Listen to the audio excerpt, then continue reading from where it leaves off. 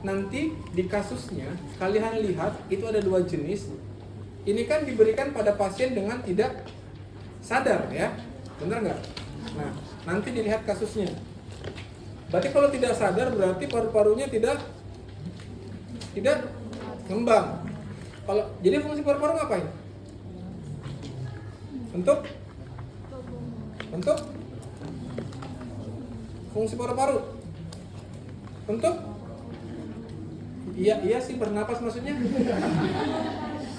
Iya benar bernapas, maksudnya fungsi secara medisnya itu loh.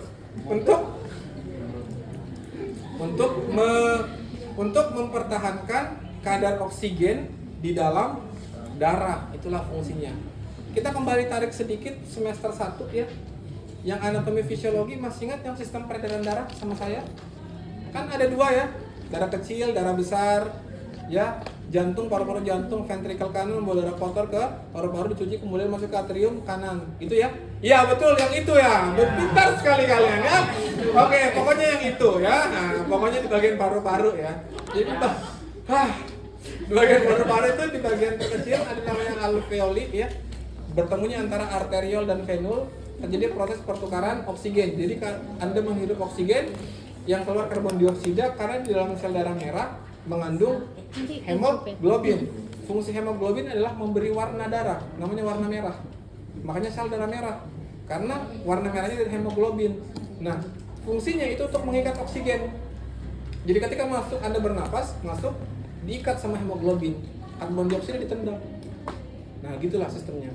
Kalau paru-paru nggak ngembang, berarti nggak ada proses terjadinya difusi osmosis atau pertukaran gas. Makanya dibantulah dengan BVM. NRM, oksigen yang masuk ke paru-paru di atas 90%.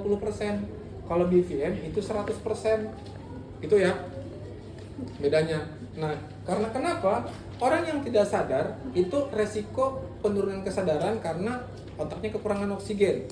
Pasien yang otaknya tidak mendapatkan oksigen lebih dari 10 menit akan terjadi namanya kematian batang otak ya. Jadi mati batang otaknya. Jadi kalau misalnya kalian ketemu sama teman kalian yang sering kayak gini menguap, percayalah setiap kalian menguap itu ada neuron yang putus di otak kalian. Karena ketika otak kekurangan oksigen itu putus neuron, dan menguap adalah salah satu tanda bahwa otak kalian lagi stres oksigen. Jadi makanya orang yang sering menguap, kenapa mukanya cenderung blow on, jadi kayak gitu. Karena kenapa? Banyak saraf yang putus. Jadi kalau misalnya tanda-tanda gejala orang yang banyak sarafnya putus itu dia naruh kunci di meja, paginya lupa naruh di mana. Itu namanya demensia. Jadi memori jangka pendeknya rusak. Karena kenapa? Neuron itu mempengaruhi memori jangka pendek dulu. Jadi efeknya. Jadi tiba-tiba misalnya lagi sholat, oh iya di bawah kasur. Nah baru ingat, itu baru connect tuh. Pas lagi sholat. Atau misalnya kalian ketemu sama teman kalian ngobrol, hahaha, dia diem. Pas kita diem dia baru ketawa, oh iya hahaha. Nah, gitu ya. Teman kalian sudah sampai di Jakarta, kalian baru start.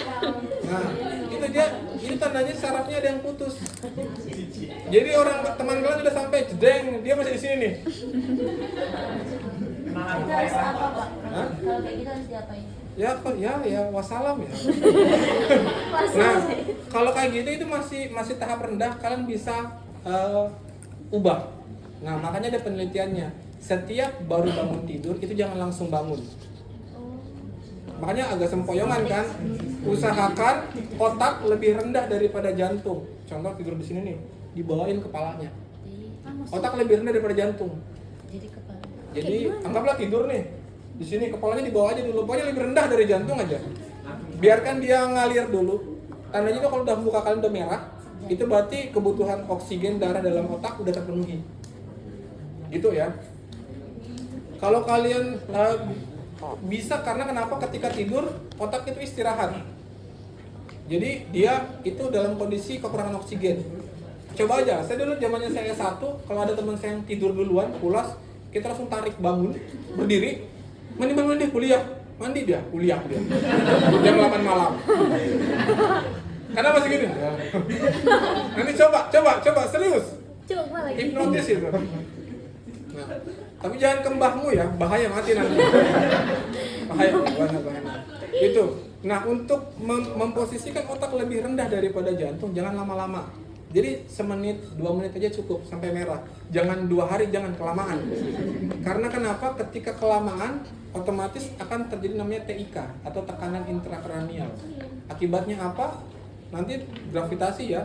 Nanti kalau kelamaan bisa pecah pembuluh darah di otak. Pinter kagak lumpuh iya. Stroke hemoragik langsung. Jadi jangan kelamaan. Gitu ya, cara mau aku tadi bilang cara nendang bulannya gimana. Terus kurang-kurangan begadang. Itu sih paling. Kalau sering begadang itu kan otomatis paginya dia stres otaknya. Makanya orang yang sering begadang sering menguap. Ya kan?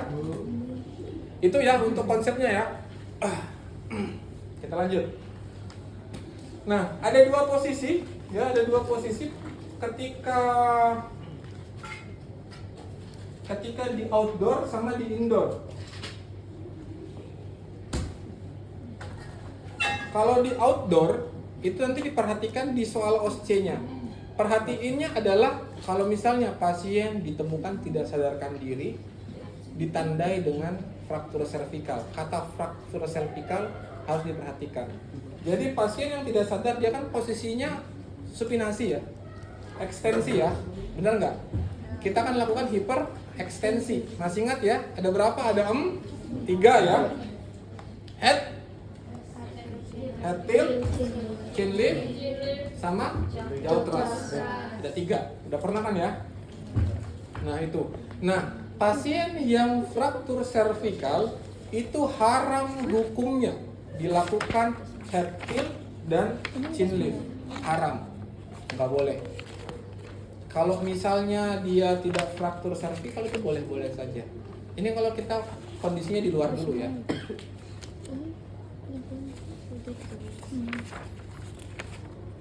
Sudah? Nah, lanjut. Untuk AmbuBack atau BVM ya. Ini tuh fungsinya kayak NRM, dia akan ngisi, makanya dia masuk 100%, ini bisa diisi. Itu kalau udah pakai bagging ini di fullin biasanya. Dia ngembang. Nah, untuk mengetahui tanda-tanda kebocoran adalah ini yang kelihatan kalau bocor nggak ngembang sama bunyi kayak suara ban kempes kalau di sini. Ini kan rusak nih, ya. Gini ya. Nah, biasanya kalau yang saya jahilin adalah ini saya kempesin sama ini saya naikin. Nah, saya giniin. Kalau kayak gini oksigen nggak masuk 100%, sekitar 40-60%. Karena oksigen keluar lewat sini sama dari sini. Makanya ketika kalian pengen bagging, pastikan ini tertutup, pastikan ini keisi. Paham ya? Nah, terus cara baggingnya itu kan kalau kita nge-bagging itu CE ya, gini ya, paham ya? Nah, jangan kayak gini, kalian CE tapi posisi kalian nggak tarik seperti ini, kan ketahuan, akan nggak dilulusin. Atau misalnya kalian begini, ini ada mahasiswa kayak gini, harus di CE kan, sambil ditekan sambil ditarik, ya. Terus jangan dari samping kiri atau samping kanan, dari atas. Nah, biasanya dosen itu kalau kalian lihat dosen pegang HP, kalian lagi difoto sebenarnya, dikirim ke grup dosen. Kayak kemarin misalnya Pak Amin, Pak Topan itu dia lagi nih mahasiswa difoto, dikirimin. Pak Amin langsung komen, ini mahasiswanya mau ngajalin apa ya? Namanya siapa Pak? Ini. Jadi di next station di notice kalian. Jadi gitu tuh. Makanya jangan sampai berbuat kesalahan. Kemarin juga Pak Topan sama ya, di kakak tingkat kalian ada yang pasang EKG di sini. EKG bukan di sini ya, di sini. Bukan elektrokardiografi, elektroabdominografi. Ya, mungkin khususnya berdetak. itu yang saya komen ya. Namanya siapa Pak? Ini. Nah, akhirnya misalkan namanya Eza masuk, kita notice oh ini Eza nih. Kita perhatikan betul-betul jadinya. Jadi yang awalnya dosen pengen lihat santai gara-gara di foto kalian, kita jadi notice tuh. Nah, misalkan gitu tuh kalau misalnya Bu Novi di ruangan saya nggak saya lulusin soalnya dia nggak dokumentasi. Dorongan saya nggak selalu yang soalnya dia nggak menjaga privasi. Kita harus sesuai SOP. Nah, jadi harus di atasnya, ya. Buka dulu. Di atasnya, ya. Jangan di sampingnya. Terus perlu kalian ketahui, ini itu bisa mutar deh. Mutar. Kenapa saya bilang begitu? Ada mahasiswa kayak gini, dia masih begini. Jangan ketawa, ada yang kayak gini, dia begini. Itu ada, makanya saya bilang ini bisa muter deh, bisa, ya. Itu bisa, jadi dinyamankan, ya. Jadi dinyamankan. Oke, cara hitungnya itu ada dua. Satu adalah kita memposisikan pasien itu sama kayak kita. Jadi ketika Anda bernapas,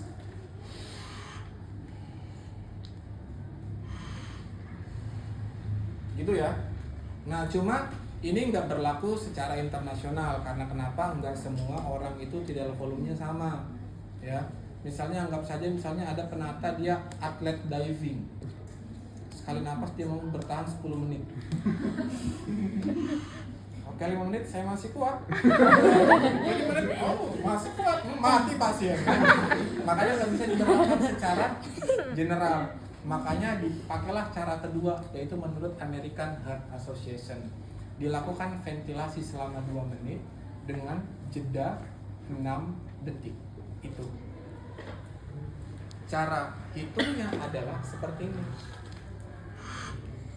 1.000, 2.000, 3.000, 4.000, 5.000, 2, 1.000, 2.000, 3.000, 4.000, 5.000, 3. Dilakukan selama 2 menit. Setelah itu dilakukan evaluasi. Evaluasinya adalah cek nadi karotis sama pernafasan. Itu kalau outdoor. Kalau indoor pasca anestesi cukup dilakukan 5 menit setiap 2-3 detik dengan memantau hemodinamik. Jadi